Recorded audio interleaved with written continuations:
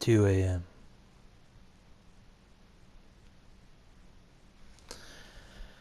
I don't remember falling asleep, but I know that I must have, because I woke up feeling startled. I'm not sure if there was a reason I woke up with my heart beating out of my chest. Maybe the reason is that I just realized I was sleeping. I put down my gun so I can drink some water out of one of the nearby bottles. I get the bottle to my lips when the sound of the doorbell fills the room.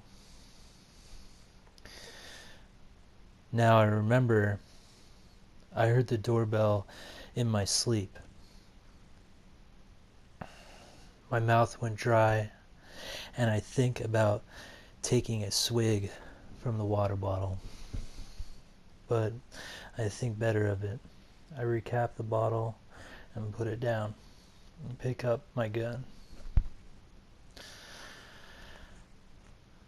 I look at the clock. 2 a.m. I know whoever is at the door is not here to help me. I stand and look at the door. The doorbell rings again. I just blink at the door while holding my gun at my side, pointing to the floor with the safety off, ready if I need it. I thought back to when I woke up. I struggled through the haze of sleep, deprivation to remember when I was last awake. I remember checking the food and water supply. Then I made sure the barricades over the doors and windows were holding up and undamaged. I know I finished my checks at 11 p.m. I remember sitting down on the sofa. Then I remember waking up now. I was asleep for nearly 3 hours. That was the longest stretch of sleep I have had in weeks. The doorbell rang out again, and I lost my train of thought. Then I heard something that made me want to run away and hide, but also want to throw the door open in alarmingly equal measures. Will. It was my mother's voice, coming from the other side of the door. William, honey, it's Mom. Her voice was rough and had an edge to it that it never had before, but I could tell it was her. I backed away from the door. My mom was one of the first people infected in our town of Hanover. She had been traveling across the country. On her way home, she had a layover in New York's JFK airport. That is where the authorities thought the bioweapon was released, but no one knew it was released until weeks after the outbreak started. My mom started to feel sick days after arriving home from her trip.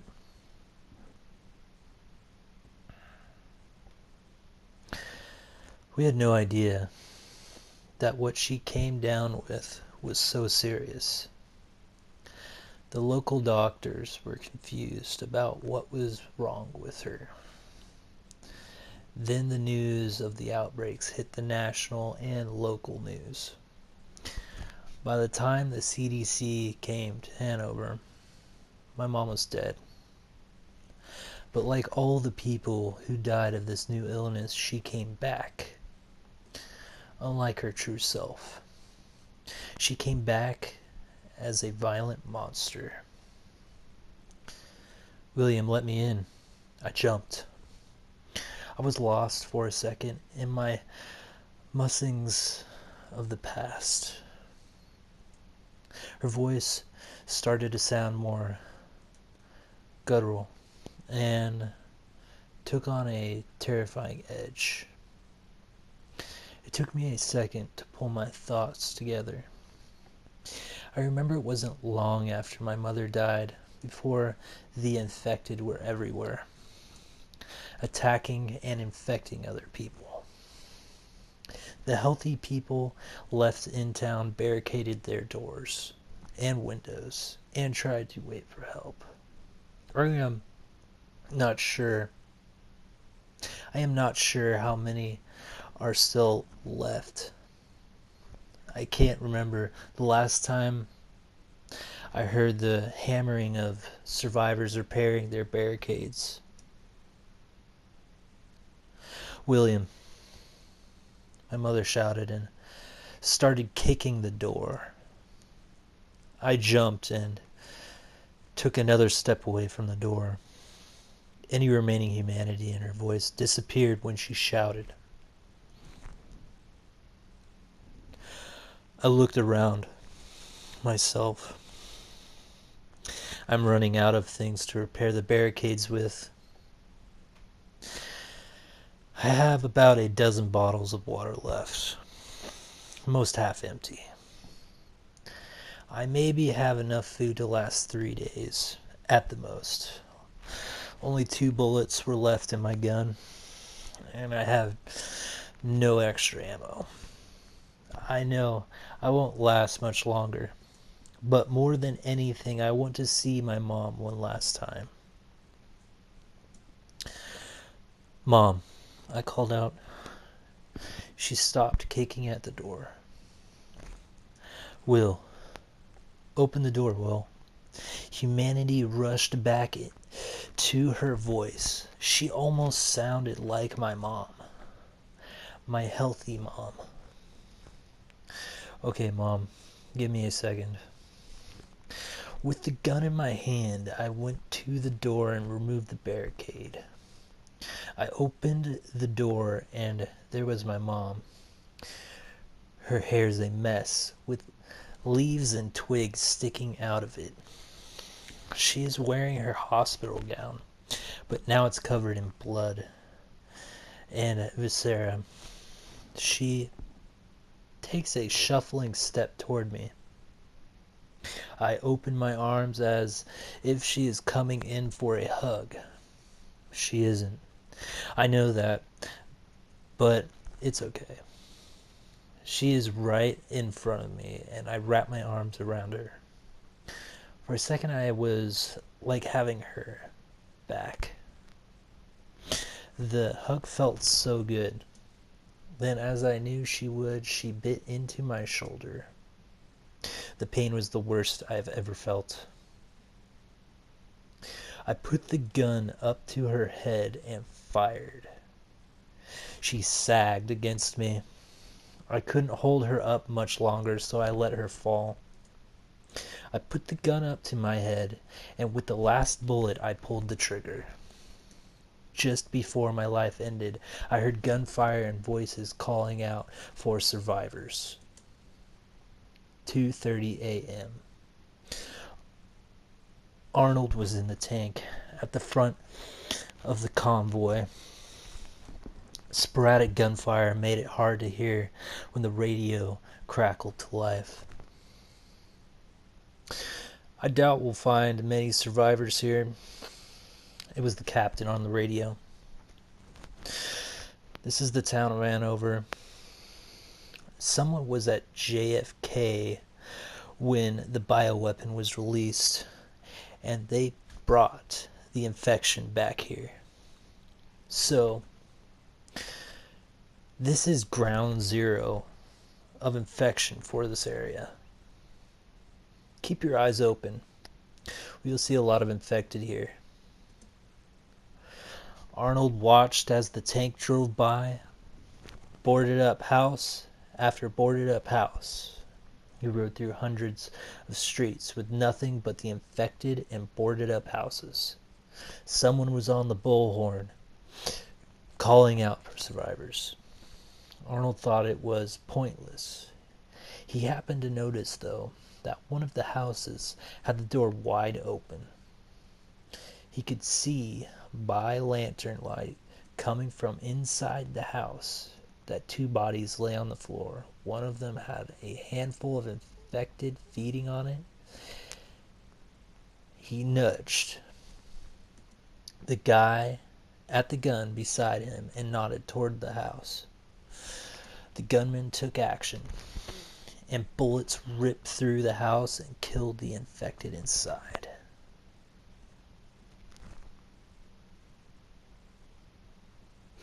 The end.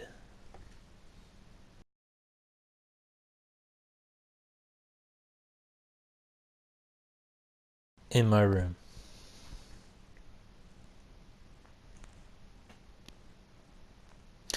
My sister Penny was always afraid of the upstairs at our house. She never went up there at night.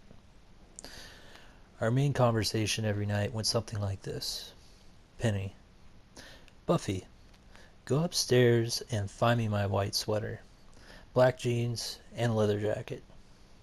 The clothing items would change from night to night, but I was always asked to get her things. But she would not go up without an adult after dark. Me: Why can't you go get them? Penny: Because something is up there. Me: I sleep up there. Nothing has happened to me. Penny: Just wait, someday it will. Okay, I will admit it is creepy as hell up there. I will give you the layout. There are 2 rooms that lead into each other, no hallway, and there is an attic above and one on each side. The house is well over 100 years old, and there is a banister over the stairs, but it is closed off by a door. I remember Penny coming home from dates, and before she would take her boyfriend upstairs, she would send him up with a flashlight to check the closets and under the beds, even though I was in one of those beds. Once, when our mother asked her why she would not sleep upstairs in her room, she rattled off numerous reasons. Penny: You can see small lights come out of the closet, and you can hear footsteps and heavy breathing in the attics, and there's always a sense of being watched a little too closely. Me: That is ridiculous. I have never seen anything or heard anything. You should stop letting her sleep on the couch every night. Mom: She's okay. She can sleep where she wants. She's not hurting anything. I think my mom knew, but since nothing was bothering me at the time, she overlooked it. Better to have one daughter on the couch than 2.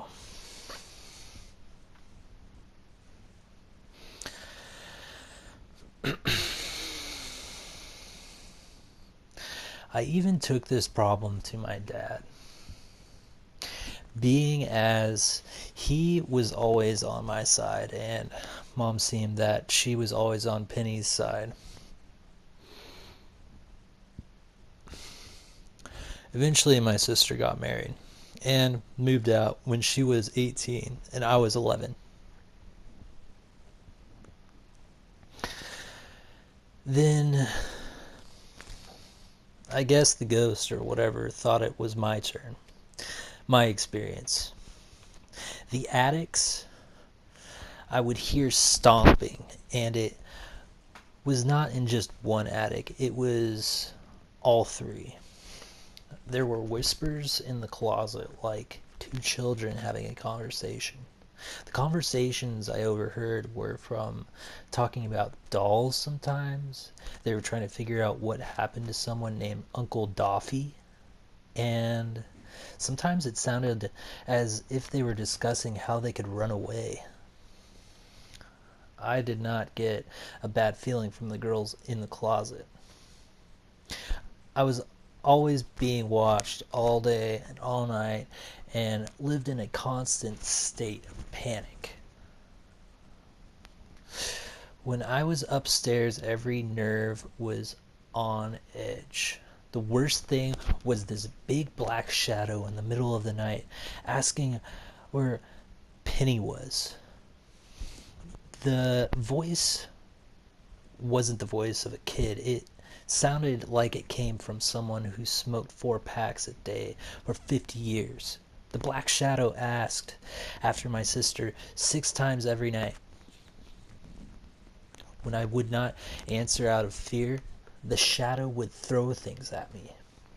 Books, figurines, even pictures. Then it was my turn to sleep on the couch. And then I understood my sister. It wasn't an excuse. She actually heard these things. I never understood why I didn't until after Penny moved out and I was bullied by this ghost or whatever. That's what this entity was. A bully, something that always had to have power over us. The young, powerless sisters that lived in the home. Fast forward 2 years. After Penny was gone, she had her own home. My oldest sister, Janine, couldn't afford the house she was renting due to being in the middle of a divorce. Brought her 3 kids and moved in with us. Jennifer was 5, Kevin, who was 3, and Amanda, who was 2. Which meant Jennifer would be staying with me, and we were both expected to sleep upstairs. We were woken up all the time by stomping, and when Jennifer would start to cry from being scared, I would tell her it was because the house was old, and that's what old homes did. They settled at night.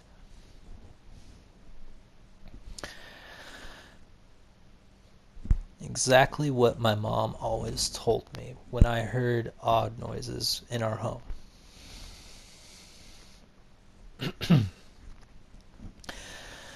Jennifer's 6th birthday rolls around, and my mother buys her one of those creepy clown dolls. You know, the ones with a plastic head, a wire body under its clown clothes, and has the most insanely evil laugh. That clown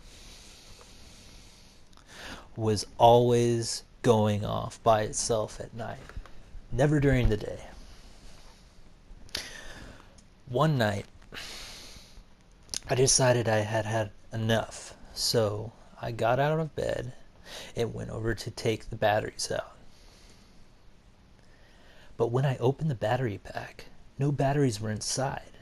I told my mom and older sister, but no one cared. Or they thought it was an overactive imagination. Penny believed me. So the next day I got up and threw it in the attic.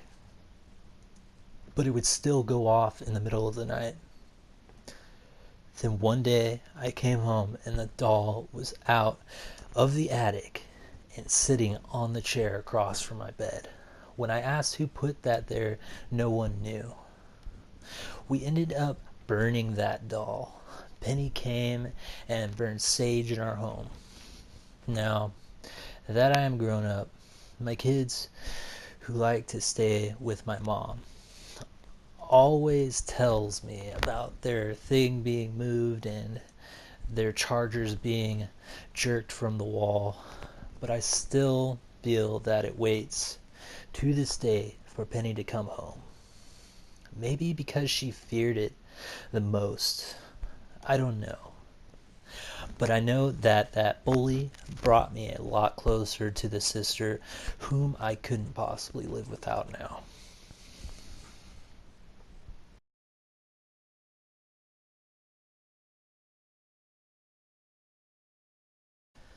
The Shadow Man.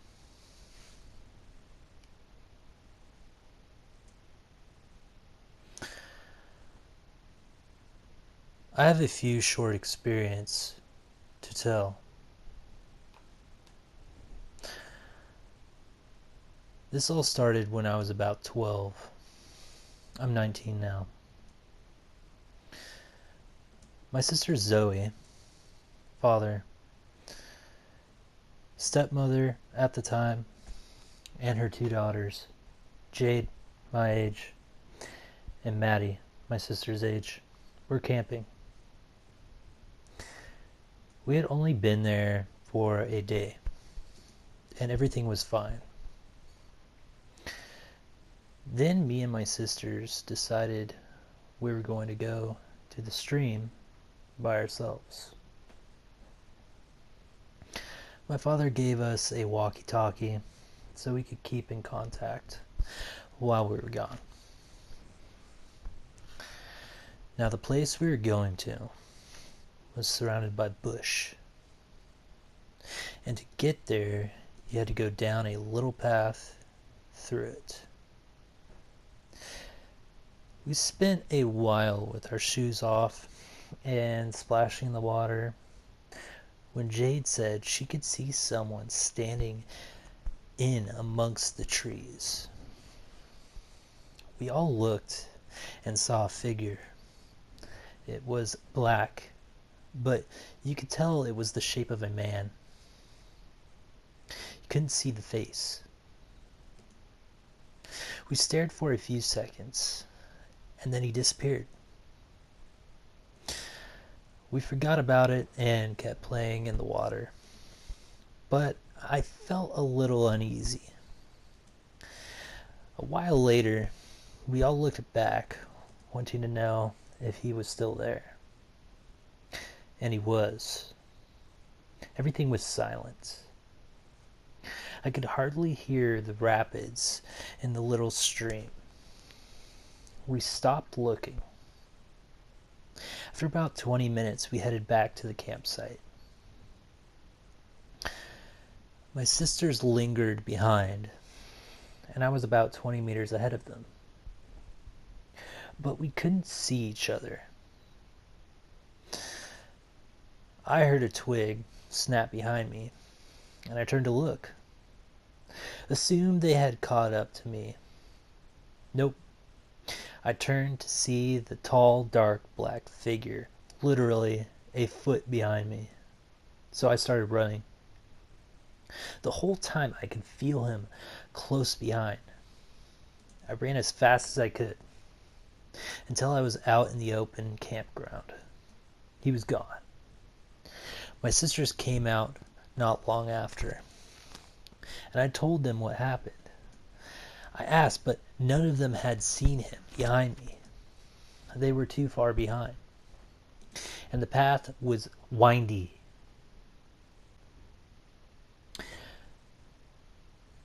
So they were around a corner from me most of the time. Throughout our camping trip, we didn't see him around as much, but occasionally we would see him just standing there. Fast forward a couple years, and we go back there with my father's new girlfriend and her daughter, Stella. I can't recall this trip as much, but I know for a fact that Stella saw him too. 3 years ago, I started seeing him at my fucking house. Just anywhere. And everywhere, really. One day I was out in the backyard, and I started to lean down to pat my cat, when in my peripheral vision I saw him right behind me. I ignored him as he's never really done anything harmful, really. Looked solely at my cat as to block him out. As I do, I feel a hand grab my hair and tug. I immediately spun around. Nothing there. I fucked off inside as I was a bit spooked. I now live with my boyfriend and can't say 100% if I've seen it again. I sometimes see shadows move behind me and in the reflection of the TV, but when I look behind me, there's nothing. So I just chalk it up to be a trick of the light. I did hear something recently. This is the most recent event I've had. My boyfriend's alarm went off for work, waking me up too. He switched it off, but lay in bed a bit longer.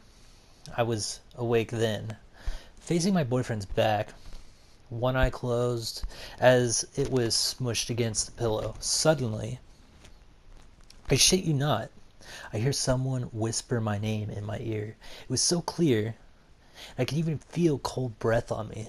I sat up and I said to my boyfriend, "Did you say my name?" He looked confused. He was just sitting there playing on his phone. No. He said he hadn't, which I believed because it was a female's voice.